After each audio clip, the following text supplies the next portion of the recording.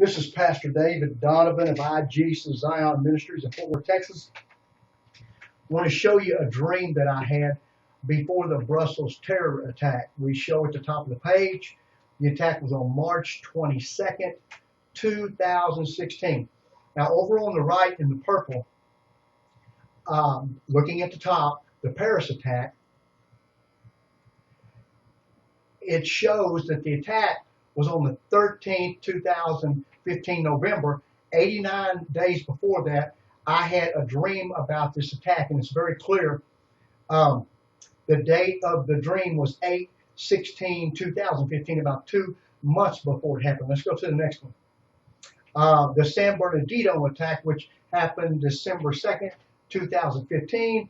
5 days before that, I had 2 dreams, 11/27/15 and 12/1/15, the day before, about the San Bernardino attack. Now let's go to the next one.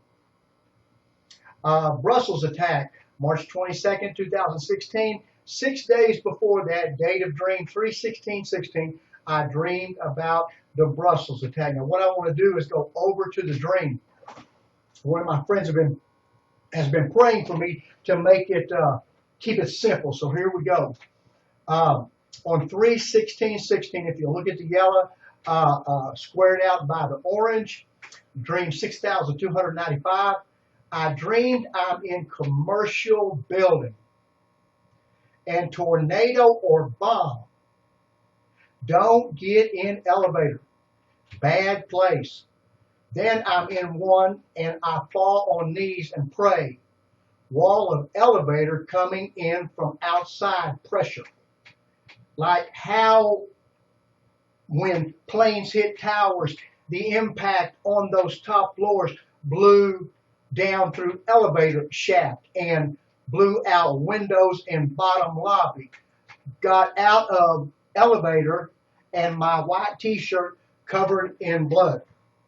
Now, when I wake up in the morning and I write this dream down, this is exactly the way I describe what it's like in the dream. I tell the dream, but like the part about the towers, the pressure and all this stuff, and the windows in the bottom lobby being blown out, this is how I'm describing the dream that I've had. Now, I want to go over the first thing it talks about. Well, first of all, again, look at 3/16/16 when I have it. Now go back up at the top and look at the date on the Brussels attack. March 22nd, 2016. It was 6 days later. Now let's move over to the left. And let's look at the commercial buildings, the Brussels building and the Twin Tower buildings. Blow up the first picture. Okay, you see right there where the outside of the airport, the lobby windows have been blown out. Go over to the right and look at the New York Twin Towers where the explosion, the pressure from upstairs blew out through the elevators and blew the windows out. Let's roll down some more. Just another shot there on the left of Brussels, the windows blown out from the explosion, the bombs inside. Look over to the right, the Twin Towers. You see from the pressure, the explosion upstairs, the windows blown out in the bottom lobby. Let's roll some more. Here we have in Brussels another picture of the windows blown out from the bomb. Next to it, Twin Towers again, the windows blown out from the explosion. Let's roll it. Now what we have here are 2 pictures on the left after the bombing of what happened to the bottom lobby just inside of those blown out windows. And on the right we have from the explosion in the building, the stuff blowing out of the building and being on the ground in front of the building. Now what I want to do is go back to the dream. Now, there you go. I dreamed I'm in commercial building. So we've got the commercial buildings, don't we? And we can tie that together from the standpoint that I tied 6 days earlier. It was just like the 9/11 attack, okay? And tornado or bomb. Now, what stands out? Say, well, why tornado? Well, the pressure, the issue of the pressure. The pressure was so great, it blew out the windows, okay? You could feel the pressure stuff falling in on itself. Now, it says, and then I say, don't get in elevator, okay? Bad place, okay? Then I'm in one and I fall on knees and pray, wall of elevator coming in from outside pressure. Now so let's go on over to the articles that I have about the elevators in Brussels.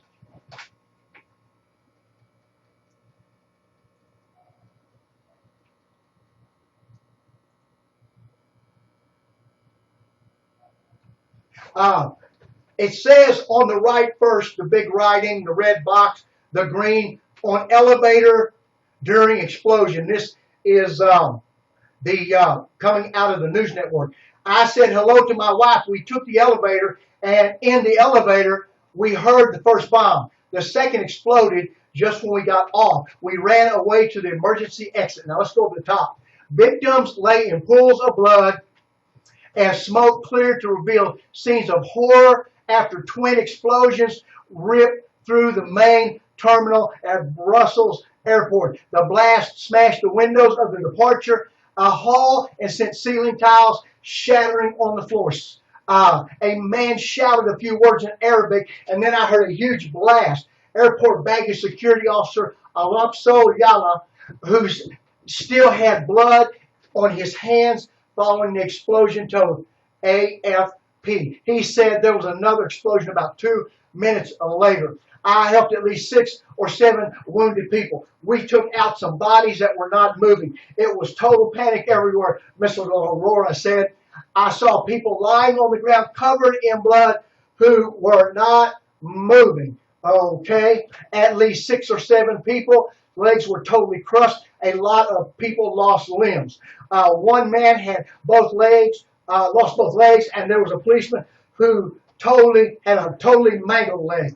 Witnesses and Belgium David Coronel, 36, was at the airport to catch a flight to Japan. An explosion happened in terminal for the U.S. departure. I think it was American Airlines terminal. 2 explosions with like 2 or 3 seconds between the 2 explosions. Everything went dark. He told 7:30. There was a lot of people injured instantly. Everybody, they started screaming and crying a lot.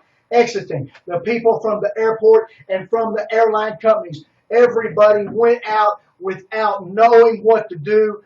It went well. Now let's roll down to the next article. Latest Brussels passenger. Full elevator saved my life. The latest on explosions at Brussels Airport and metro stations, all times local. 2:45 p.m. Passenger Cedric Van Schwalm says a late train and full elevator at Brussels Airport probably saved his life. The 20-year-old from coastal Belgian town of Nokiki was at the Brussels Airport on Tuesday planning to fly to London for his job as an animator. He says he was heading to the airport's departure level, but the elevator was full, so I didn't get in. I waited, and I was about to step into the elevator when there was a big explosion. He says people started running, dropping luggage. He says if I had taken the previous elevator, I would have been right in the explosion. My train was also 5 minutes delayed, so I was lucky. The explosion coated the left side of my face with soot and dust. Let's roll some more.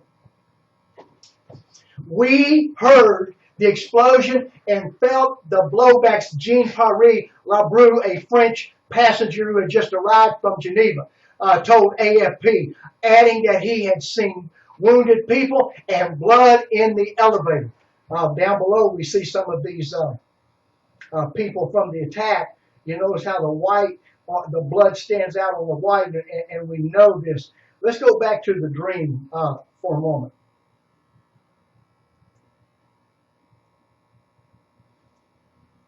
Okay. And the part, like how went in the center in the yellow, when planes, it towers, the impact on those top floors blew down through elevator shaft and blew out windows and bottom lobby. I got out of elevator and my white t-shirt covered in blood. Now, what we have is, we have that the blood in the elevator, I saw blood in the elevator. As this man, I saw blood in the elevator. And one man, my life was saved because I didn't get on that elevator or I would have been right in the explosion. Now, let's go over to the right. I want to take another look on that outside picture on the bottom of the explosion, the Brussels attack. Bring it in big. Bring it in big. Look, now I have this dream 6 days before this. Let's go back to the dream.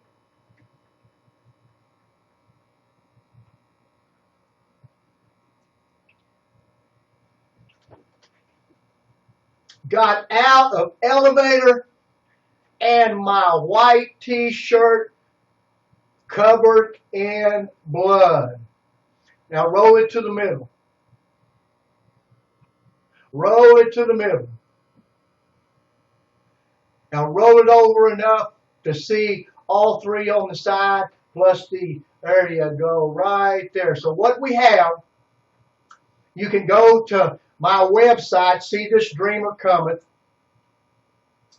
and you will see the Paris attack, and you will see the San Bernardino attack. On all of these, there is still more to be filled in because more information is being revealed. But the Lord gave me these things before they happened. I've been keeping journals for many, many years. The Lord gave me Katrina, the shuttle Columbia explosion, and many, many other things through the years before they happened. And you can find them on that website. What's the purpose of all this? I am a Christian. I am a follower of Jesus Christ, and I love the Jewish people. And God is speaking to his people, those who fear him, Christians and Jews. And none of this takes him by surprise. This stuff cannot even happen unless God allows it to happen. And it happens in his time. It cannot go outside of the boundaries of God's sovereign will. God is in absolute control. A great example of that is the book of Revelation, the 21 judgments. We see all this judgment coming against the earth. And everything is in turmoil and death and confusion and destruction as far as what you read. But the point is, it's written down 2,000 years before it happens, so it can't be that out of control, because the one who's in control of everything tells you how it's going to happen and what it is all about before it happens. Remember that Jesus is Lord, he's on his throne, and he will and has already won the day. Praise the Lord. Jesus is Lord.